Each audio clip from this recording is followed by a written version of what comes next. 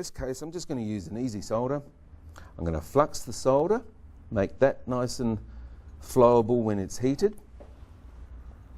and it'll also keep it nice and clean. I'm going to light my torch again, same principle.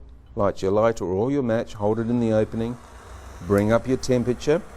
Now I'm going to put a bit more heat on this article so that when I solder it fairly quickly.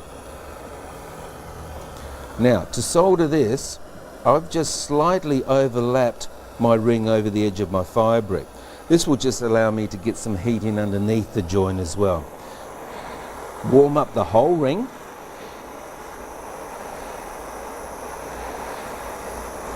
And the first thing that you'll notice is that the water in the flux will start to evaporate.